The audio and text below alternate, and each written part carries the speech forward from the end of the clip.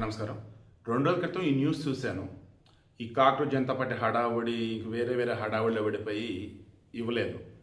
ఖచ్చితంగా ఈరోజు నైట్ ఇస్తే తప్ప నాకు నిద్ర వచ్చేటట్లేదు. రంజీష్ చక్కగా ఆడుతూ పాడుతూ సరదాగా లైఫ్ ఎంజాయ్ చేస్తూ ఉన్నాడు. ఇంతలో ఒక అమ్మాయిని ప్రేమించాడు, హ్యాపీగా పెళ్లి చేసుకున్నారు. పెళ్లి చేసుకున్న తర్వాత కూడా ఆ అమ్మాయిని చదివించాడు. బట్ ఇతను మాత్రం కేరళ గవర్నమెంట్లో ఆర్టీసీ కండక్టర్గా చేస్తున్నాడు. లైఫ్ అలా వెళ్తున్న మూమెంట్లో వాళ్ళకు ఒక బాబు పుట్టాడు. All good. దెన్ ఆమె ఏమందంటే, నేను ఇంకా డబ్బు సంపాదిస్తా, మనకు తెలిసిన వాళ్ళు ఖతార్లో ఉన్నారు కదా, నేను ఆడికి వెళ్ళి జాబ్ చేసుకొస్తా అంది.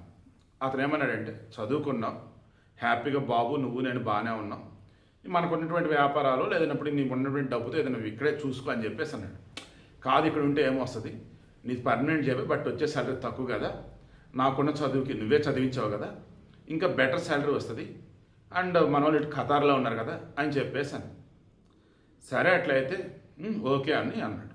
దెన్ వెళ్ళింది ఖతారు. బాబుని తనతో పాటు తెచ్చుకొని ఇంకా హ్యాపీగా వాళ్ళ అమ్మ నాన్న బాబుతో అలా ఉంటూ ఉన్నాడు. ఈలోపు ఖతార్ నుంచి అప్పుడు ఫోన్ చేస్తూ ఉండేది. దెన్ ఒక 6 నెలలకేమో అలా వస్తానంది. 6 నెలలు కాస్త సంవత్సరం అయింది.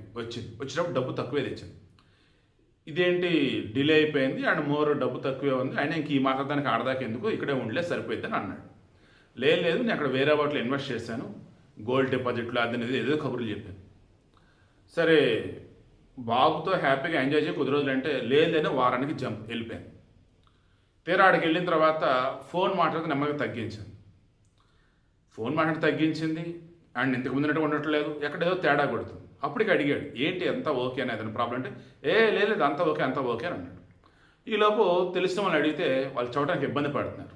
ఇక ఫ్రెండ్స్ ద్వారా మొత్తం క్రాస్ చెక్ చేపిస్తే ఆమె ఆల్రెడీ వేరే అవుతుంది రిలేషన్ ఉందని అర్థమైపోయింది.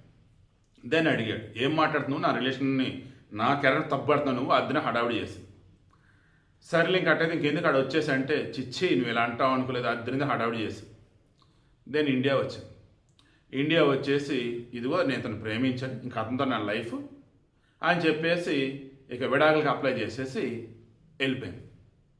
విడాకులు వచ్చాయి, హ్యాపీగా నచ్చినోడిని పెళ్లి చేసుకుంది, వెళ్ళిపోయింది. బాబు వచ్చేసి ఇతని దగ్గరే ఉన్నాడు.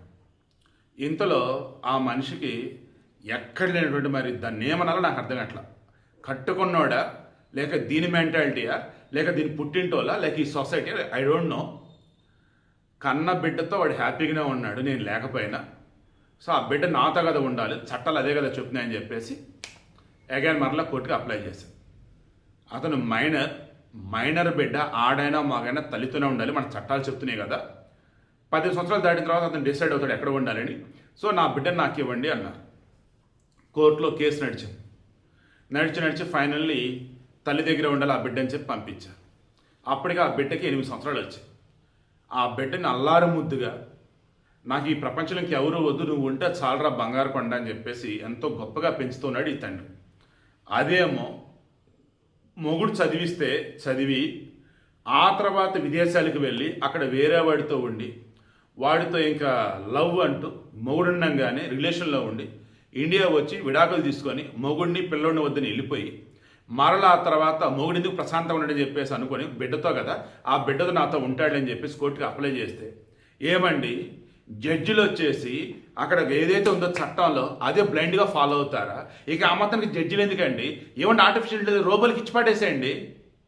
అక్కడ ఏదైతే ఉంటే అదే ఇచ్చడానికి మీరెందుకు ఇంకా ఆలోచించాలి కదా. ఆమెమో మొగుడిని వద్దని బిడ్డని వద్దని వేరే వాడిని పెళ్లి చేసుకుని వెళ్ళిపోయింది. నాకు ఇక వేరే పెళ్ళొద్దు, నా కొడుకే నాకు చాలని చెప్పేసి సర్వస్వం అని చెప్పేసి ఆ తండ్రి బిడ్డతో బతుకుతూ ఉన్నాడు. ఆడపిల్ల అయితే అనుకోవాలి తల్లి తోడు కావాలి కదా అని చెప్పేసి, మగపిల్లడే కదా చక్కగా పెంచుతాడు కదా తండ్రి. ఎంతమంది తండ్రులు బిడ్డలను గొప్పగా పెంచలేదు, బ్రహ్మాండంగా పెంచారు. ఆడపిల్లల సైతం గొప్పగా పెంచిన తండ్రులు ఉన్నారు, సింగిల్ ఫాదర్స్. మరి జడ్జిలకి ఏమొచ్చిందండి, కనీసం ఆలోచించాలి కదా. భర్తొద్దు పిల్లడొద్దు అని చెప్పేసి వెళ్ళిపోయింది వేరే వాడితో. అటువంటి ఆమెకు బిడ్డనిచ్చేది ఏంట్రా బాబు అని మోరు అతను మారు తండ్రి, ఇక్కడ కన్న తండ్రి ఏమో బిడ్డే సర్వస్వం బతుకుతూ ఉంటే నువ్వు ఆ బిడ్డను తీసుకెళ్ళి వేరే వాడిని పెళ్లిసుకుని కులుకుతున్నటువంటి ఆమెకి తీసుకెళ్ళి నీ బిడ్డను నువ్వు అని చెప్పేసి పంపిస్తావా? నువ్వు అలా జడ్జివయ్యా? ఇదేనా మన చట్టాలు? అసలు నాకు ఎంత కోపం వచ్చిందంటే, జడ్జిలను ఏమీ అనకూడదు, బట్ తీర్పును మాత్రం మనం క్వశ్చన్ చేయొచ్చు అన్న వేలో కంట్రోల్ చేసుకుని వీడియో ఇస్తూ ఉన్నాం.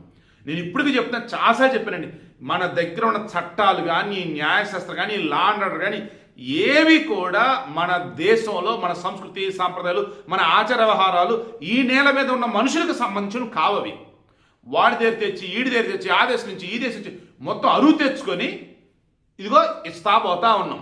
సంవత్సరాల తరబడి తీర్పులు, సంవత్సరాల తరబడి కేసులు, చివరికి వచ్చేసి అనకూడదు కానీ గెలిచినోడేమో ఇంటికి వచ్చి ఏడిస్తే ఓడినోడు కోర్టులో ఏడ్చాడు అన్నట్టు.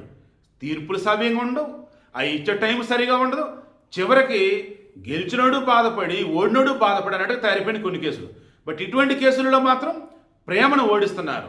అండ్ కన్న తండ్రి యొక్క ప్రేమను చూసారా, దాన్ని సమాధి చేసేస్తున్నారు. ఏమైంది పాపం, అల్లల్లాడిపోతూ ఆ మనిషి ఇక చచ్చిపోయాడండి. చివరికి తన కన్నబిడ్డ అన్న వచ్చి అంచుకలు చేస్తాడని చెప్పేసి అనుకున్నాడు. వచ్చాడు ఆ పిల్లోడు. ఏం తెలిసిందండి 8 సంవత్సరాల పిల్లోడికి? అంచుకలు చేశాడు. మన తర్వాత ఎగవేద ఆ కొడుకుని పట్టుకుని వెళ్ళిపోయింది. మనిషి అని అసలు అనకూడదు కానీ అది చెయ్యి.